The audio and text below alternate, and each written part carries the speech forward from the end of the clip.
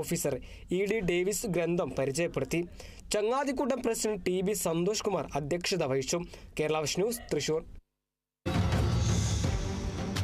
ആലപ്പുഴ തലവടി വിദ്യാഭ്യാസ ഉപജില്ലാ സംസ്കൃത കൂട്ടായ്മയുടെ നേതൃത്വത്തിൽ സംസ്കൃത ദിനാഘോഷം നടന്നു.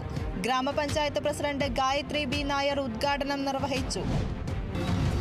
തിരുവനന്തപുരം കാട്ടാക്കടയിൽ നിയന്ത്രണം തെറ്റിയ പിക്കപ്പ് തല കീഴായി മറിഞ്ഞു. പിക്കപ്പിലുണ്ടായിരുന്ന മലപ്പുറം സ്വദേശിക്ക് ഗുരുതര പരിക്ക്. ഡ്രൈവർ ഉൾപ്പെടെ വാഹനത്തിലുണ്ടായിരുന്നത് 3 പേർ.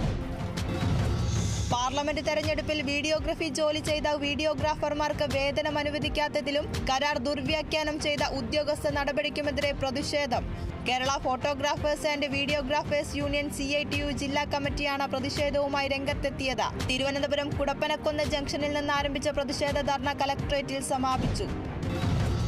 കൊല്ലം പോരുവഴി ഗവൺമെന്റ് ഹയർ സെക്കൻഡറി സ്കൂളിൽ പുതിയ ബ്ലോക്ക് ഉദ്ഘാടനം ചെയ്തു. ബ്ലോക്ക് നിർമ്മാണം അടിസ്ഥാന വികസന ഫണ്ടിൽ നിന്നും അനുവദിച്ച 87.5 ലക്ഷം രൂപ ചെലവഴിച്ച് പൊതുവിദ്യാഭ്യാസ തൊഴിൽ വകുപ്പ് മന്ത്രി V ശിവൻകുട്ടി കെട്ടിടം ഉദ്ഘാടനം ചെയ്തു. പത്തനംതിട്ടയിൽ 1.5 കിലോയോളം കഞ്ചാവുമായി യുവാവ് അറസ്റ്റിലായത് മുണ്ടുക്കോട്ടക്കൽ സ്വദേശി ജോയി. ജില്ലയിലെ മയക്കുമരുന്ന് ലോബിക്കെതിരെ നടന്ന റെയ്ഡിലാണ് ഇയാൾ പിടിയിലായത്.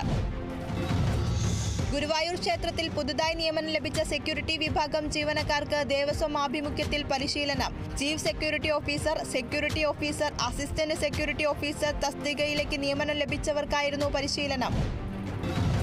TMC ബ്രോഡ്ബാൻഡ് കമ്പനിയുടെ annual general body meeting NCV ഹാളിൽ നടന്നു. TMC ചെയർമാൻ PV അയൂബ് അധ്യക്ഷത വഹിച്ചു.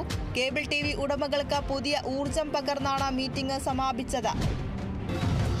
തിരുവനന്തപുരം നെടുമങ്ങാട് ബ്ലോക്ക് പഞ്ചായത്തും Thiruvananthapuram public health and social ഫൗണ്ടേഷനും ചേർന്ന് ക്യാൻസർ ബോധവൽക്കരണ ക്ലാസ് സംഘടിപ്പിച്ചു. തിരുവനന്തപുരം ക്യാൻസർ സെന്ററിലെ ഡോക്ടർ ജയകൃഷ്ണൻ, തിരുവനന്തപുരം SIT ആശുപത്രിയിലെ ഡോക്ടർ ഡെൻസി മോൾ എന്നിവർ ക്ലാസ് നയിച്ചു.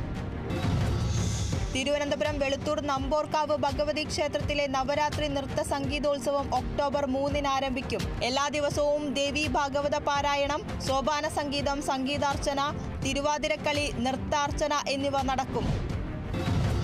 പാലക്കാട് കപ്പൂരിൽ മധ്യവയസ്കനെ വീടിനുള്ളിൽ മരിച്ച നിലയിൽ കണ്ടെത്തി. വെള്ളാളൂർ സ്വദേശി സിദ്ദിഖിനെയാണ് വീടിനുള്ളിൽ തൂങ്ങി മരിച്ച നിലയിൽ കണ്ടെത്തിയത്.